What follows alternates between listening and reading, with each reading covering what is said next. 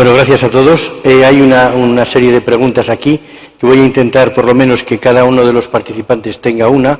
Hay muchas más, pero tenemos una auténtica premura de tiempo. Comenzaremos con Fernando Casas y la pregunta es muy directa y muy concreta. Fernando, ¿cómo ve usted el aeropuerto de Zaragoza en el futuro? ¿Cómo veo? Sí.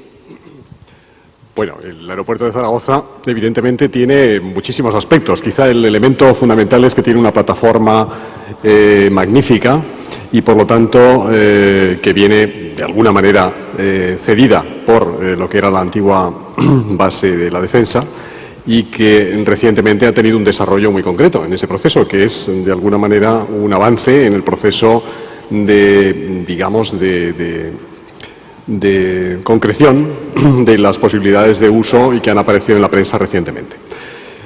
Otro aspecto de su consideración sería decir, comentaba yo antes que la carga tiene dos soportes fundamentales, que es el transportista dedicado exclusivamente a la carga y el transportista que utiliza la bodega del avión como elemento para el transporte de la carga.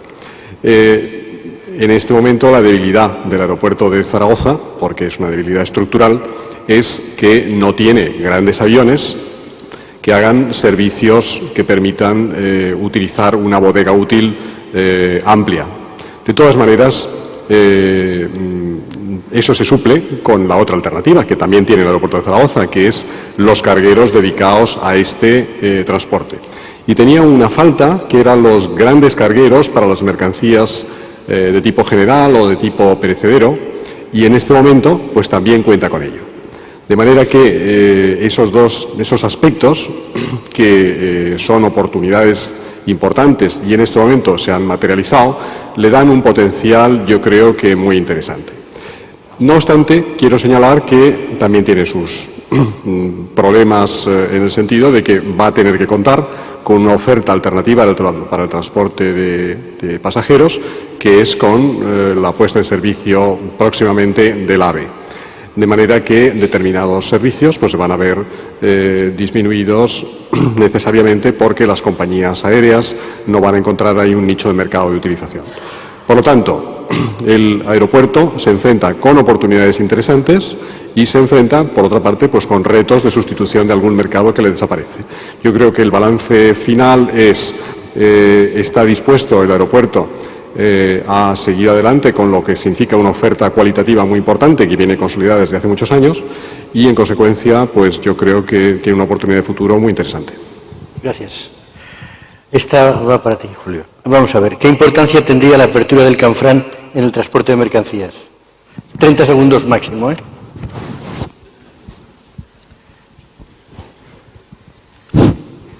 Bueno, vamos a ver. Supongo que conocerán que Renfe ya no construye infraestructuras. Las infraestructuras las construye y decide el Ministerio, y para nosotros cualquier infraestructura que se nos abra y nos permita hacer bien negocio, bienvenida.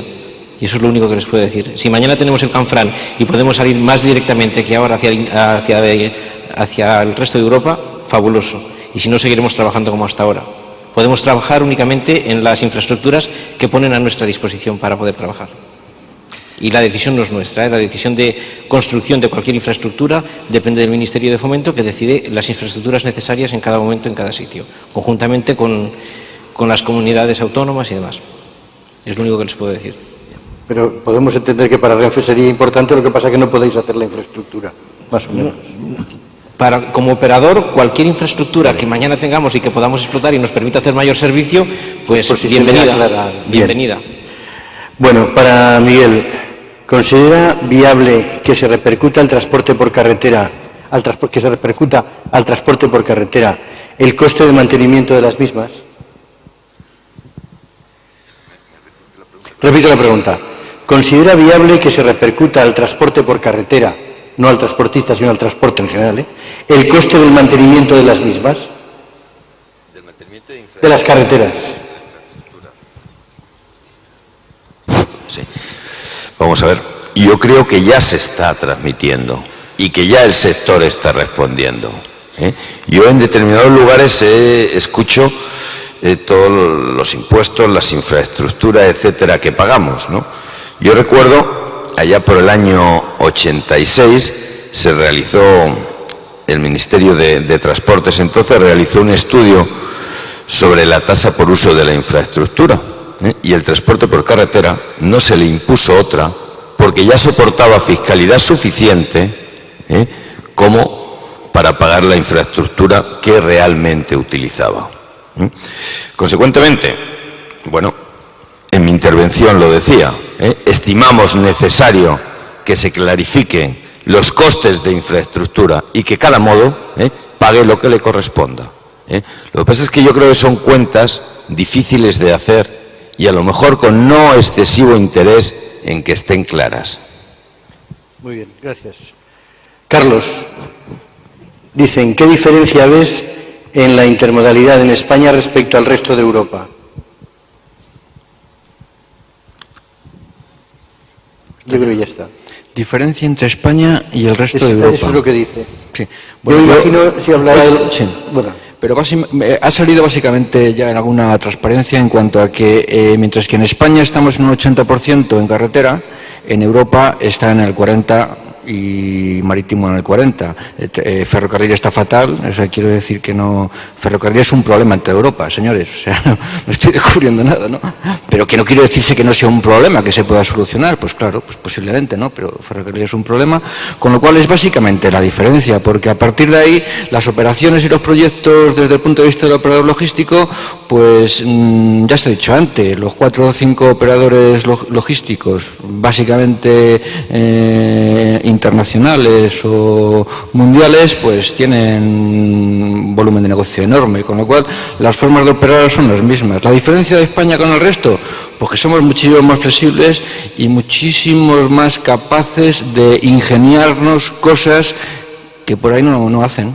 Esa es un poco la diferencia. Bien, os pido por favor, porque hay dos o tres que me gustaría pasaros, aunque otras las he retirado porque ya se han contestado en la presentación. Pero estas yo creo que son de interés para, o al menos algunas son de interés para todos. Dice, esta es para Miguel, para ti, Miguel. ¿Cómo vamos a poder cumplir las previsiones del transporte por carretera en el 2010 a la vez que tenemos que cumplir los compromisos alcanzados en Kioto sobre emisiones al medio ambiente? Bien, ya desde hace tiempo se vienen aplicando vehículos ecológicos. Hay un calendario claramente establecido por la Unión Europea de vehículos menos contaminantes, y yo creo que sí que va en una tendencia mucho más ecológica, menos contaminante, menos por ciudades sostenibles. Pero vuelvo a lo que ya decía en la intervención, no distinguimos nunca, porque quizá no convenga distinguir entre el uso particular del vehículo y el uso del vehículo o la utilización del vehículo industrial, y en el caso de VGB probablemente del transporte colectivo. Mezclamos todos, no hay datos, hablamos de 40.000 muertos en las carreteras en Europa, desde luego una cifra lamentable, ya solamente uno sería digno de evitar. Pero no hay ninguna distinción. Yo hoy he venido a Zaragoza y he venido fenomenal. El problema lo he tenido al entrar en Zaragoza y a la salida de Madrid. ¿Dónde está el problema? Quizá en las grandes ciudades o en las llegadas a los núcleos urbanos. Bien. Sí. Bueno, que en cuanto a esa pregunta, no sé si va dirigida a ti, pero que todos los modos son contaminantes, o sea, no, todos son contaminantes. ¿Cuánto? Bueno, pues cada uno sabrá y cada uno tendrá algo que decir. Y que básicamente el tema de la intermodalidad, aquí el problema está entre ferrocarril y carretera, porque aéreo tiene lo que tiene y es un mercado cautivo y poco.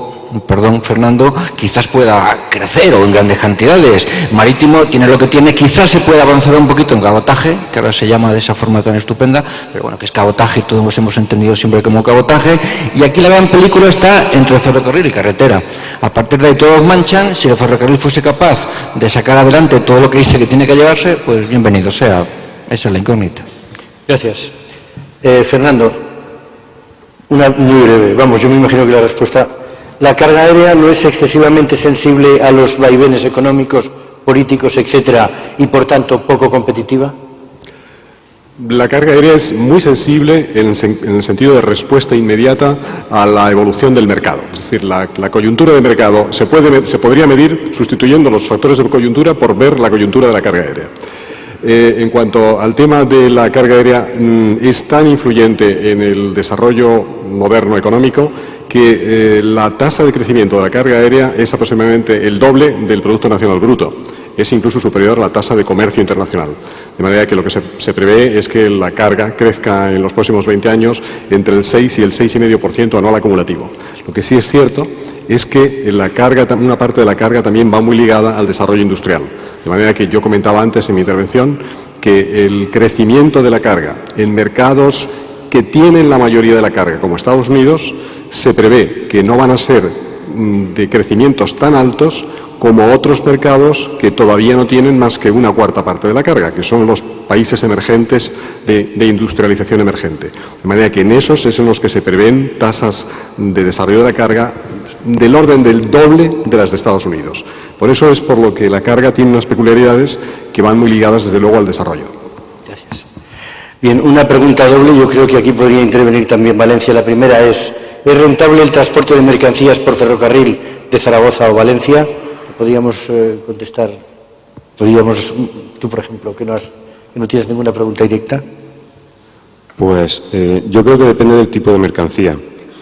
Cuando comentaba el ejemplo de la central de Andorra-Teruel, el puerto de Valencia podría ser competitivo en cuanto a la operación de descarga, digamos el precio de la desestiva del carbón, pero en conexión por ferrocarril, pues lamentablemente no es buena entre Zaragoza y Valencia. De hecho, el puerto de Valencia empezó a exportar coches Opel hace muchos años y, claro, el tren pasaba por la puerta del puerto de Tarragona. Entonces, no tiene mucho sentido. Lo que sí apostamos es por que, viendo la potencialidad que tiene Plaza, pues iba como revulsivo para que de una vez la conexión ferroviaria Valencia con Zaragoza, que además vertebra lo que es la Comunidad de Aragón, pues siga adelante. Yo creo que sería bueno decirle a Pilar que para el próximo congreso o incluso antes traigamos a una mesa redonda a alguien de infraestructuras, ¿verdad?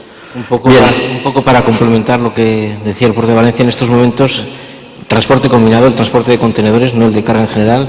Sobre Valencia tenemos servicio diario, tanto de ida y vuelta, y además los viernes hay un tren dedicado para poder garantizar los enlaces de los tráficos con Italia, para que no pierdan los enlaces marítimos. Entonces, en estos momentos, frecuencia hay. Si hubiera más demanda, pues habría que... Deduzco que el que preguntaba se refería al transporte directo por Teruel. Bien.